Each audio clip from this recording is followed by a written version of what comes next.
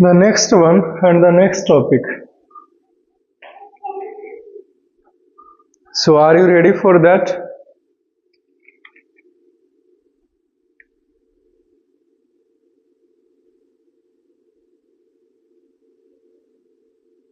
पिछले क्लास में कहाँ तक हुआ था, कुछ आइडिया है भाई? कम से कम ये तो ख्याल रहना चाहिए कि in the earlier classes what we have discuss, right? मेरे को तो नहीं पता है, तब ना पूछ रहे हैं जी। तो कहाँ तक पढ़ाए थे पिछले क्लास में? अभी ख्याल आया मेरे को। Dalton's symbol of A element, right? So Dalton's atomic theory पढ़ा दिए थे और उसका सिंबल, ड्रॉबैक सब कुछ खत्म कर दिया था। आइसोटोप्स, आइसोबार्स सब कुछ खत्म होता है। अब मॉडर्न सिंबल्स आते हैं, राइट? मॉडर्न सिंबल्स से पहले कुछ चीजें हैं जिसे जान लीजिए। वो है एटॉमिक रेडियस, ठीक है?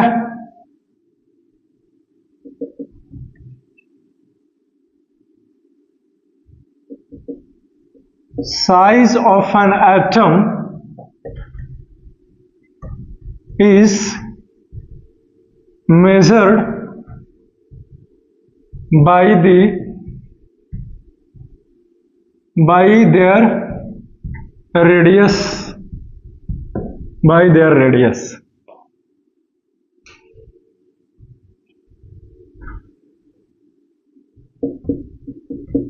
atomic radius is measured in nanometer.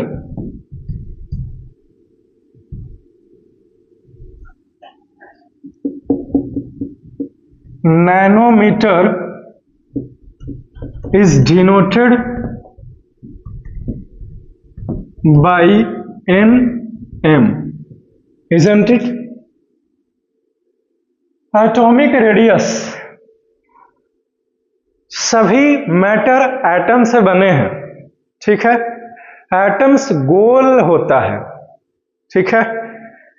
एक नॉर्मल माइक्रोस्कोप के मदद से आप एटम्स को नहीं देख सकते, लेकिन इलेक्ट्रॉन माइक्रोस्कोप, ठीक है?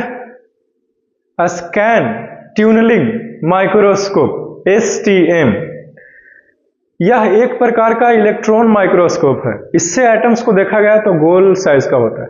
तो एटम्स कितना बड़ा है कैसे पता लगाएं? तो आप उसके साइज का अंदाजा उसके रेडियस से पता लगा सकते हैं कि एटम्स का रेडियस क्या है, और उस रेडियस को मेजर करते हैं हम लोग नैनोमीटर में। किस चीज में? नैनोमीटर में, इजंट इट? और नैनोमीटर को nm से डिनोट करते हैं। आप ये जानो कि 1 नैनोमीटर कितना, 1 नैनोमीटर बराबर कितना होता है? बोलिए, नहीं पता? बहुत सही। 1 नैनोमीटर बराबर होता है 10⁻⁻⁹ मीटर। समझे? समझ रहे हो मेरी बात को? और नैनोमीटर को शॉर्ट में nm लिखते हैं और मीटर को शॉर्ट में सिर्फ m लिखते हैं, ठीक? यानी कि एक हाइड्रोजन एटम लेगा तुम और उसका रेडियस को देखेगा तो बहुत छोटा होगा। देखो ना, 10⁻⁻�9 मीटर, यानी कि 0.000000001 है ना? इतना मीटर वो छोटा है। बात के मतलब समझ गया? ओके। जैसे फॉर एग्जाम्पल,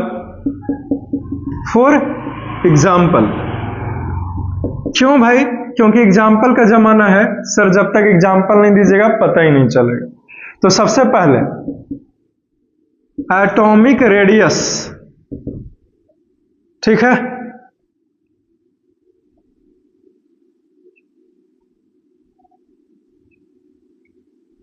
इस तरफ एलिमेंट लिख देता हूं।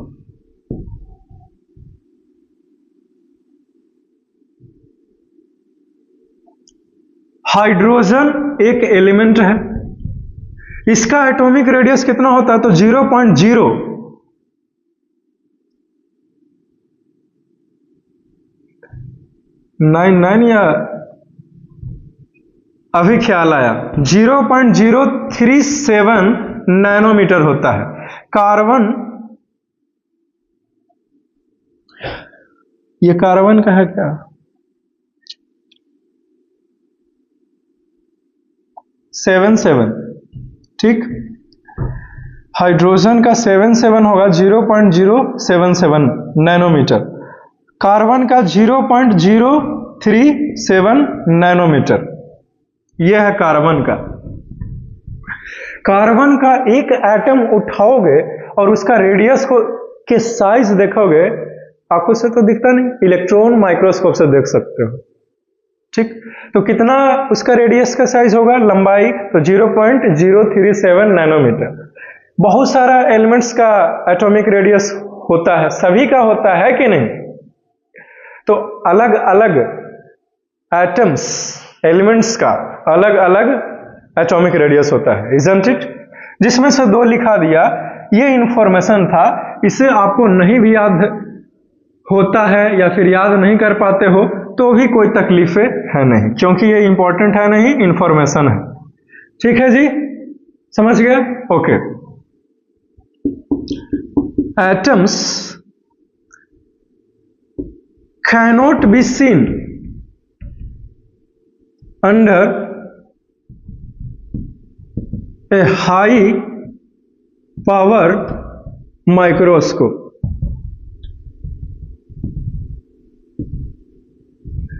एटम्स को हम लोग हाई पावर के माइक्रोस्कोप से नहीं देख सकते, तो कहेगा कि सर पता कैसे चला? तो पता चला है इलेक्ट्रॉन माइक्रोस्कोप से।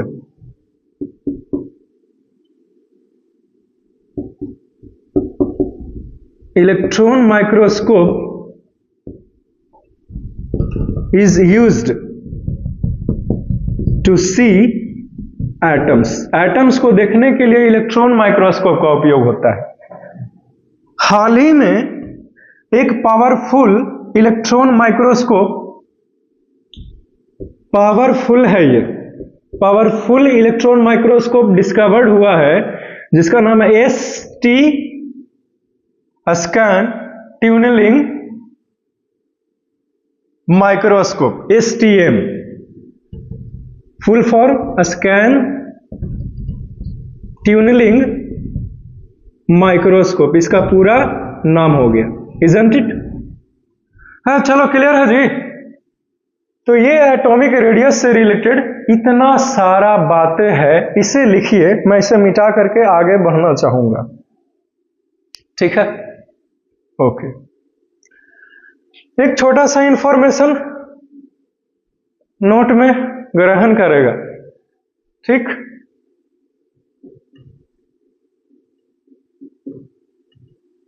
अगर तुम 1 सेंटीमीटर लंबा कॉपर लेता है, क्या लेता है? कॉपर, ठीक है? आपके पास स्केल है ना ज्योमेट्री बॉक्स में, उस पे 1 सेंटीमीटर निकालो, तो 1 सेंटीमीटर लंबा कॉपर लेगा, तो पता है इस कॉपर के अंदर कितना एटम होगा? तो एटम की संख्या 35 पर 6 जीरो बैठाओ, 1 2 3 4 5 6 7, यानी कि 3,50,00,000, it means 3.5 crore atoms 1 centimetre लंबा कॉपर के अंदर रहता है। Is it clear? बात समझ में आई? ये एक्सपेरिमेंट में पाया गया, ना ज्यादा ना कम, ठीक है? अब तो सही है, अब तो बोल दिया, तो इसको याद रखना, ये नहीं भी याद रखोगे कोई दिक्कत नहीं है, ठीक? लेकिन आपको आइडिया तो मिला कि भाई साहब 1 सेंटीमीटर छोटा कॉपर लिए हैं, तो वो उसके अंदर कितना है ये, ठीक है? ओके। तो सोचो एकदम बहुत ज्यादा लंबा वायर के अंदर कितना रहता होगा, कल्पना भी नहीं कर सकते, नहीं? एनीवेज, क्वांटम मैकेनिक्स फिजिक्स का एक ऐसा ब्रांच है जहां छोटे छोटे चीजों से डील करता है, वो छोटे छोटे पार्टिकल से। क्लियर है?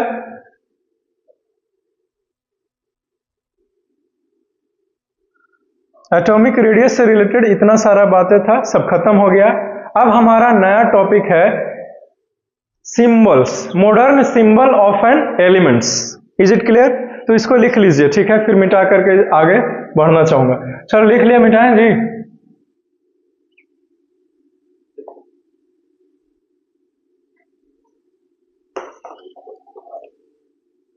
हो गया ना? ठीक।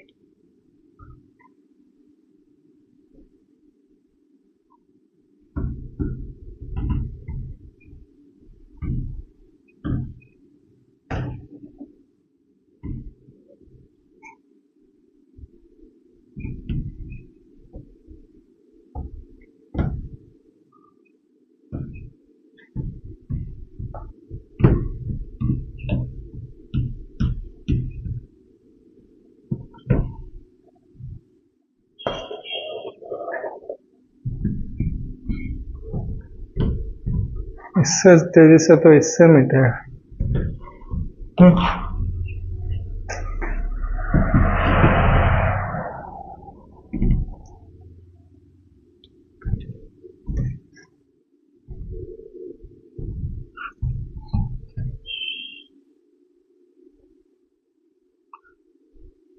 The next one, that is the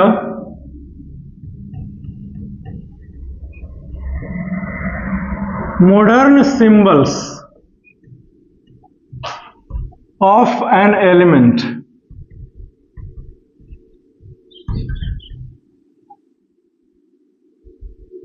ठीक है, किसने दिया? तो गिवन बाई जे बर्जिलियस। एक बर्जिलियस नाम के साइंटिस्ट आए, उन्होंने जो सिंबल्स दिया अलग अलग एलिमेंट्स के लिए, जिसे modern symbols of an elements कहा गया। इसका तरीका क्या है? तरीका बहुत आसान है, लिखा following are the ways to represent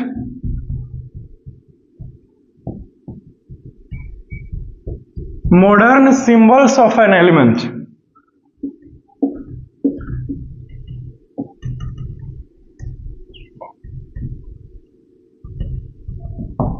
ठीक है, मॉडर्न सिंबल एलिमेंट्स का देने के लिए कुछ तरीके थे, जैसे में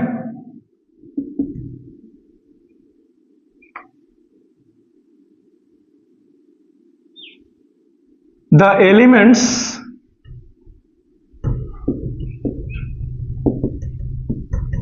can be represented by the first capital letter।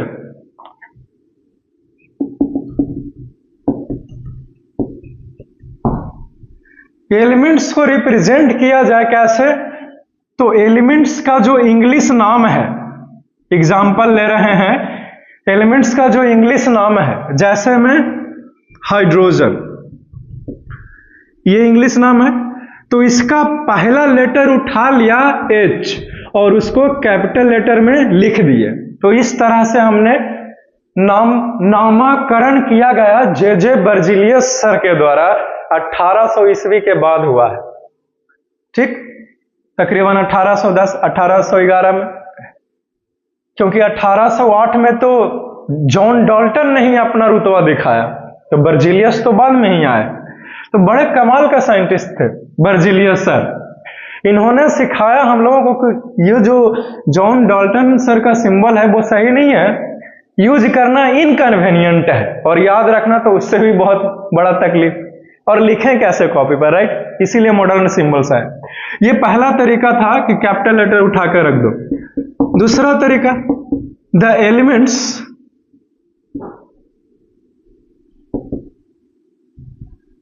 Can be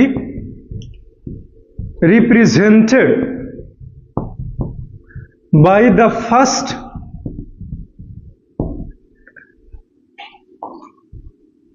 capital letter and the second letter is a small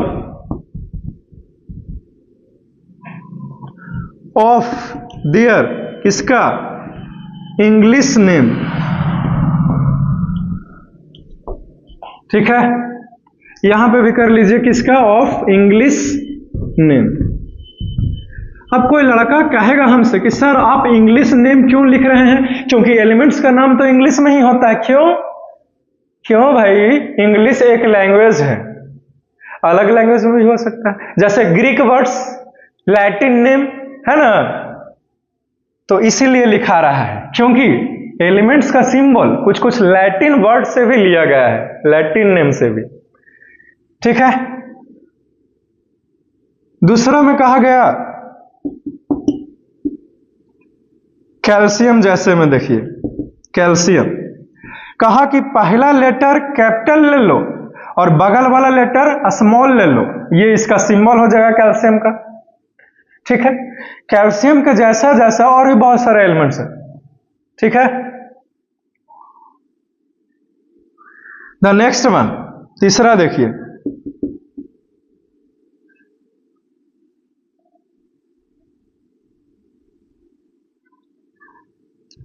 तीसरा तरीका था the first letter is capital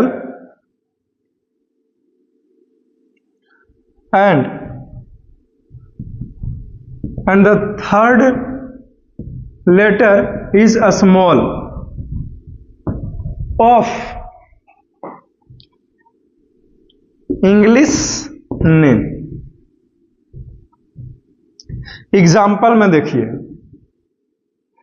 magnesium, magnesium कैसे लिखा गया, ऐसे लिखा था मैग्नीशियम, इसको सिंबल होता है Mg। देखिए तो पहला लेटर कैपिटल लिए, दूसरा लेटर छोड़ दिया गया, तीसरा लेटर G लिया गया, तो Mg सिंबल हो गया मैग्नीशियम का। जब बात इससे भी नहीं बनी तो फिर लैटिन नेम का इस्तेमाल किया गया।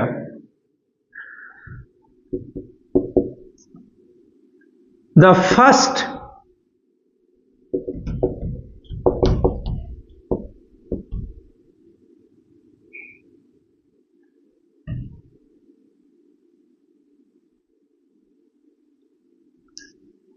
and second letter is taken from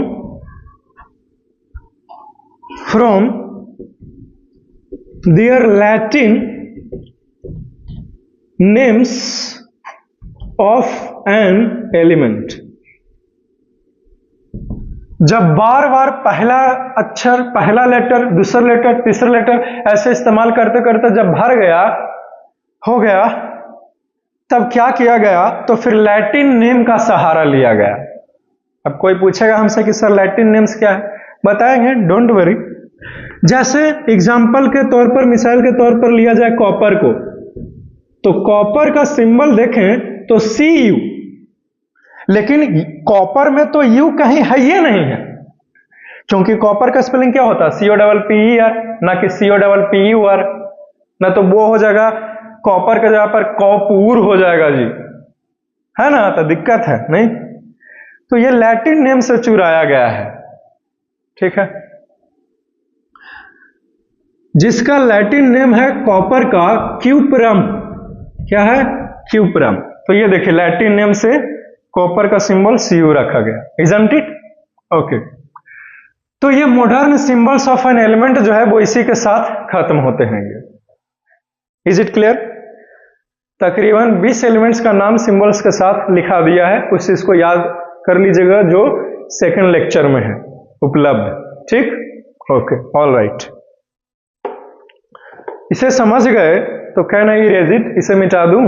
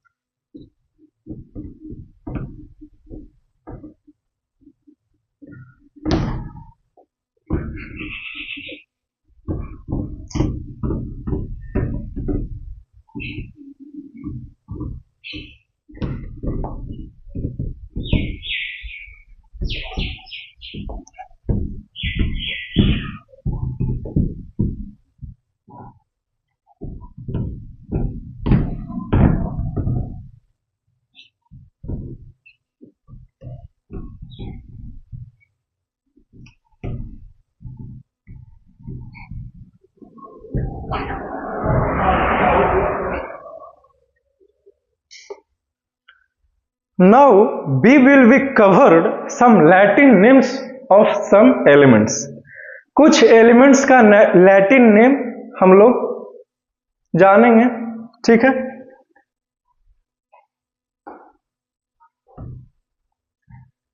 इस तरफ देखिए, कॉलम बनाइए name of element, of elements, ठीक?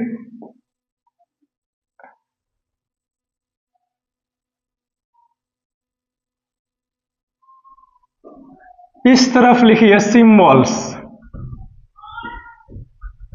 Isn't it?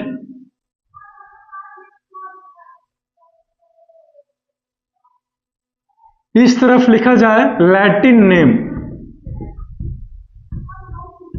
Names.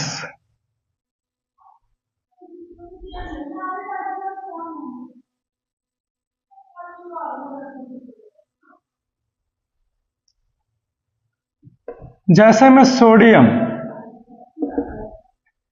Symbol Na, potassium symbol K, iron, copper, silver, gold, ठीक है?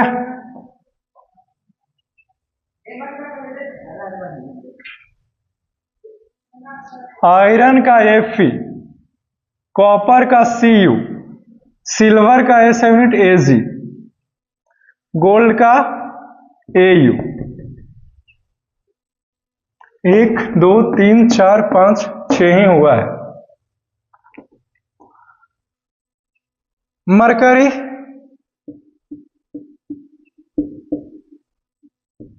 Hg, लीड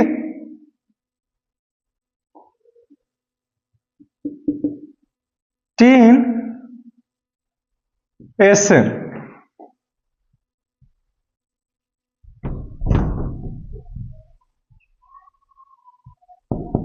स्टैनम, लीड का Pv होता है पलम्बम,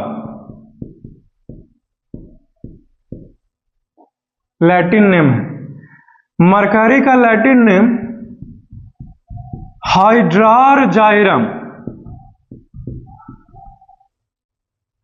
गोल्ड का लैटिन नेम ऑरम, सिल्वर का अर्जेंटम, कॉपर का क्यूप्रम, आयरन का फेरम, पोटेशियम का कैलियम, सोडियम का नाइट्रियम,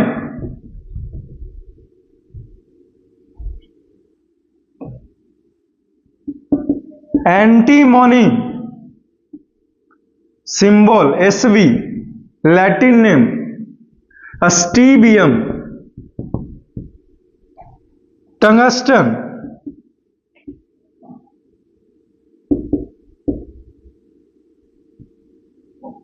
वोल्फ्रम, ठीक है, वोल्फ्रम लैटिन नेम है, टंगस्टन को W से रिप्रेजेंट करते हैं, ठीक है, वोल्फ्रम। 11 हुआ टोटल, 1 2 3 4 5 6 7 8 9 10 11, टोटल 11 लैटिन नेम्स है, अलग अलग एलिमेंट्स का। इंपॉर्टेंट है कम से कम 11 एलिमेंट का लैटिन नेम आपको याद रहना चाहिए along with their symbols, isn't it? Is it clear? नहीं क्लियर हुआ है तो क्लियर कर लो, सबको याद कर लीजिएगा, समझे? सिर्फ मेरे से ही लिखा हो गया, मेरे को तो सब याद है, याद करना आपका है, ठीक।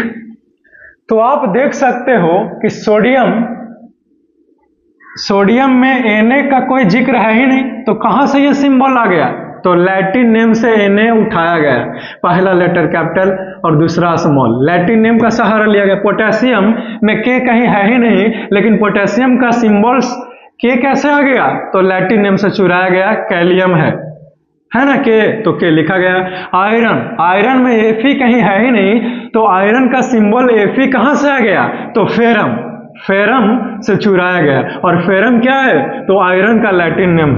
उसी प्रकार से कॉपर का दिया हुआ, सिल्वर का लिखा दिया, gold, mercury, lead, tin, antimony और टंगस्टन का लिखा दिया। याद कर लीजिएगा लैटिन नेम उसके सिंबल्स के साथ। तो इसी के साथ modern symbol of an element समाप्त होता है। बात के मतलब समझ गया? हाँ, क्लियर है जी? इसको लिख लीजिए, फिर आगे बढ़ते हैं। चलो लिख लिया तो आगे बढ़ जाए फिर। वेरी गुड, है कि नहीं?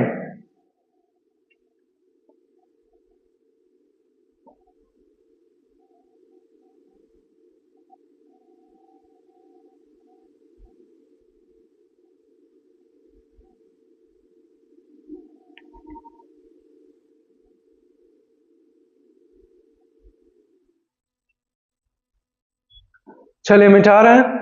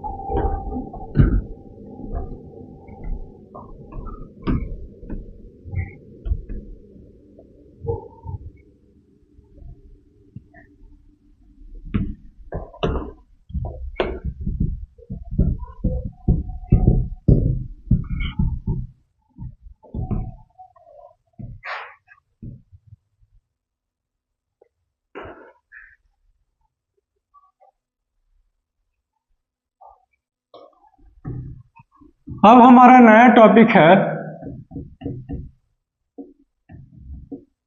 सिग्निफिकेंस, NI या फिर E I, significance of symbols of elements.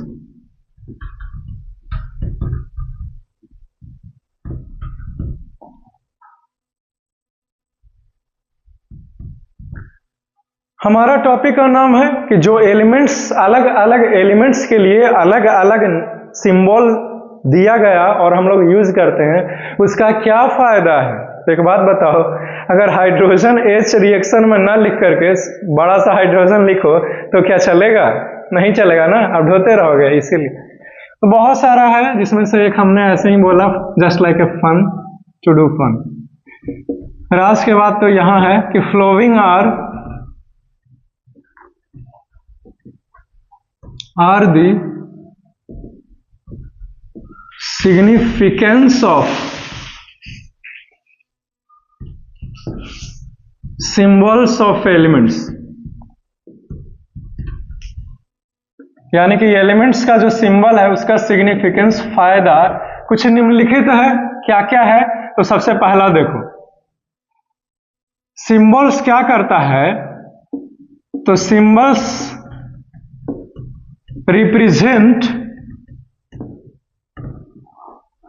Represents the name of elements. नहीं,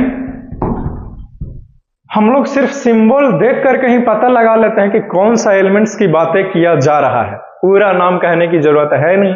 जैसे डॉक्टर साहब कैसे करते हैं, पूरा नाम नहीं लिखते हैं, शॉर्ट में ही लिख देते हैं टैबलेट्स का नाम, क्योंकि उनका पढ़ाई होता है। ये हम लोगों को भी केमिस्ट्री में पढ़ाई है शॉर्ट में, कि एलिमेंट्स के नाम को कैसे शॉर्ट में लिखा जाता है। नेक्स्ट सिग्निफिकेंट, तो it represents one atom of an element। किसी भी एलिमेंट्स का एक एटम को दर्शाता है। कौन? ये हमारा सिंबल। अगला, it represents one mole of atom of an element।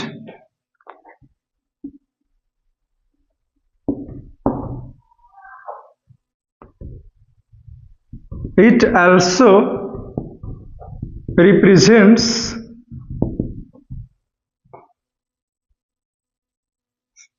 6.022 into 10 to the power 23 atom.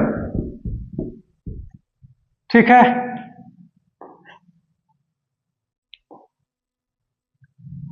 ये values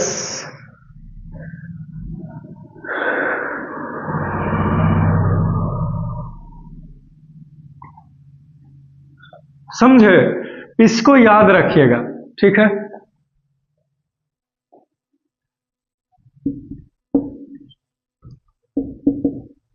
it represents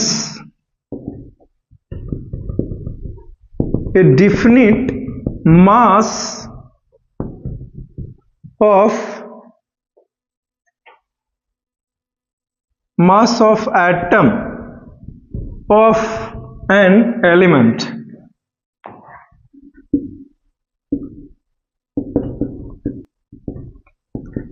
which is also equal to its atomic mass।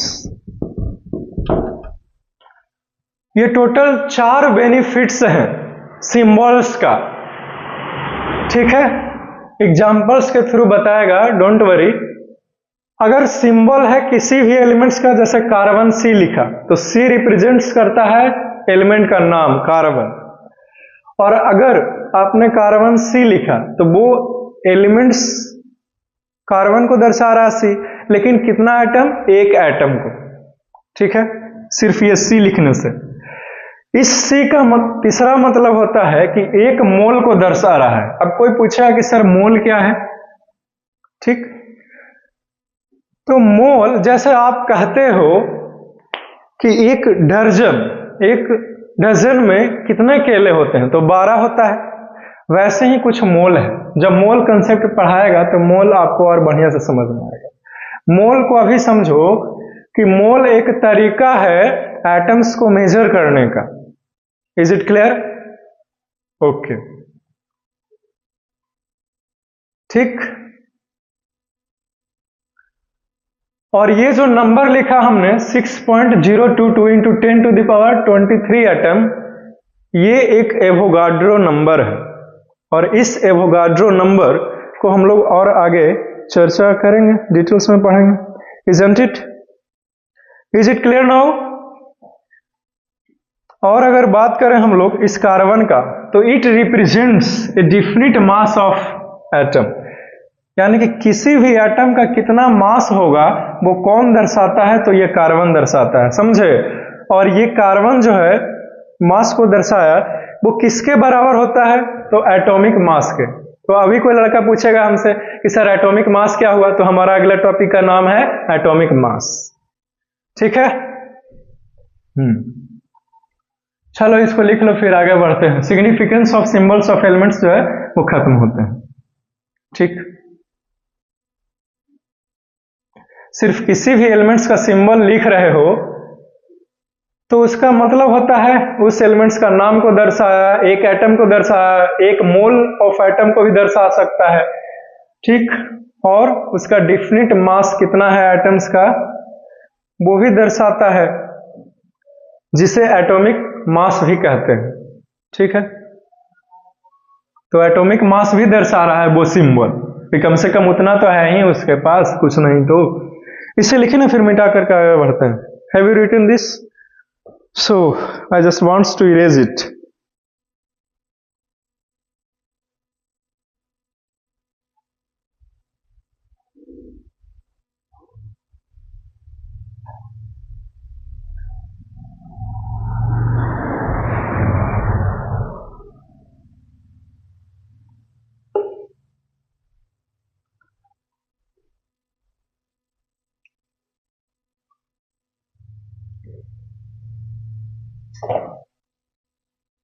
मिटाए?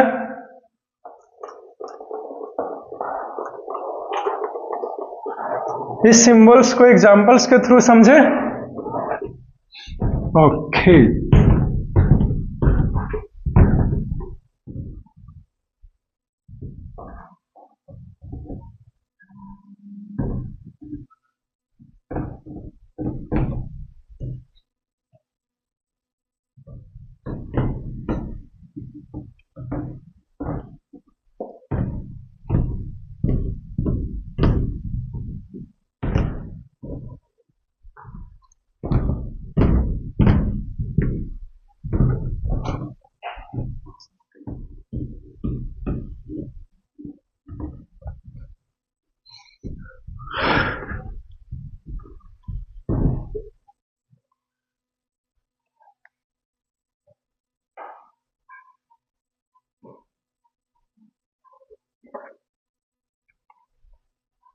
The next one, that is the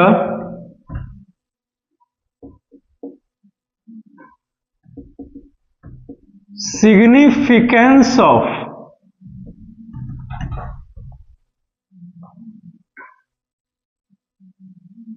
symbol of carbon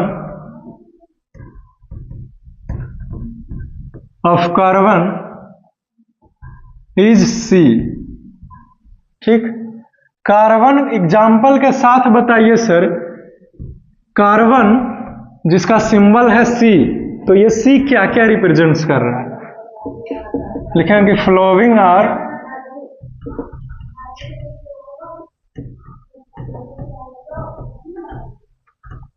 are the significance of symbol C। C का significance की बातें करें तो कुछ निम्नलिखित है। सबसे पहले तो C represents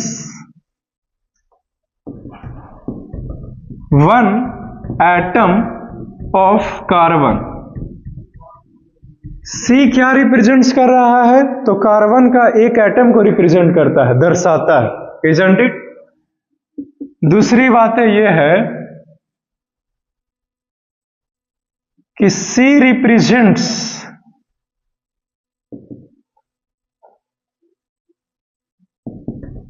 the name of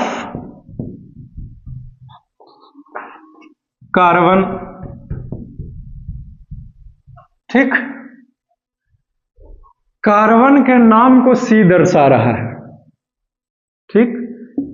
अगली बात है C represents one mole of carbon, ठीक है, which is equal to 6.022 into 10 to the power 23 atoms. तो अगर कार्बन के एक एटम की बातें किया जाए तो उसके अंदर इतना एटम्स होता है, ठीक है। एक मोल ऑफ कार्बन के अंदर कुल कितने एटम होंगे? तो 6.022 into 10 to the power 23 atoms होगा। बात का मतलब समझ गया जी? Very good. नेक्स्ट बात है, लिखेंगे कि C रिप्रेजेंट्स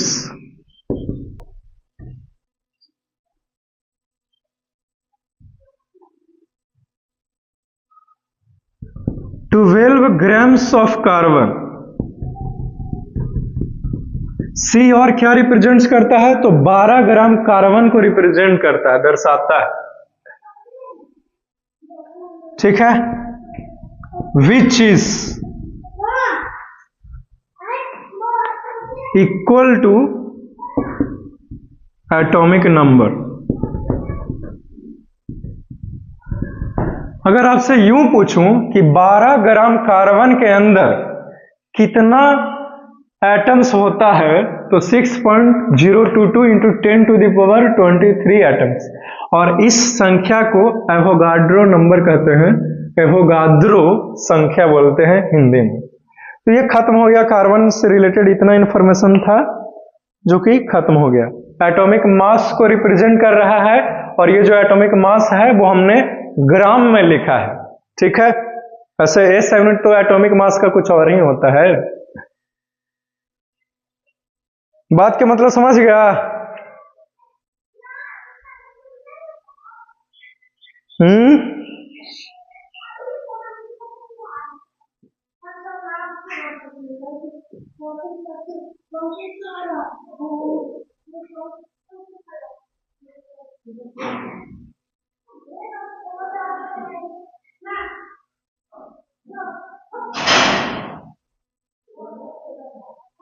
चलो मिटा देना एटॉमिक नंबर, टाइम है।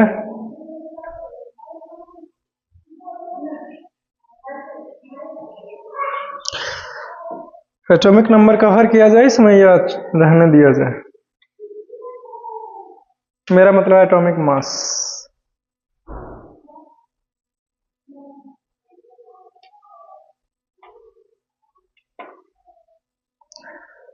कवर किया जाए?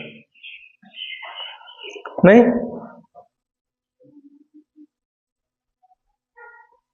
हाँ जी, नेक्स्ट लेक्चर में मिले।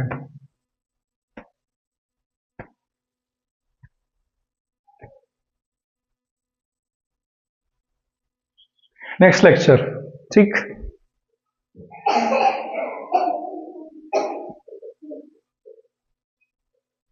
So see you soon in the next lecture, and for that you must wait. Have a nice day. Enjoy your day. Take care.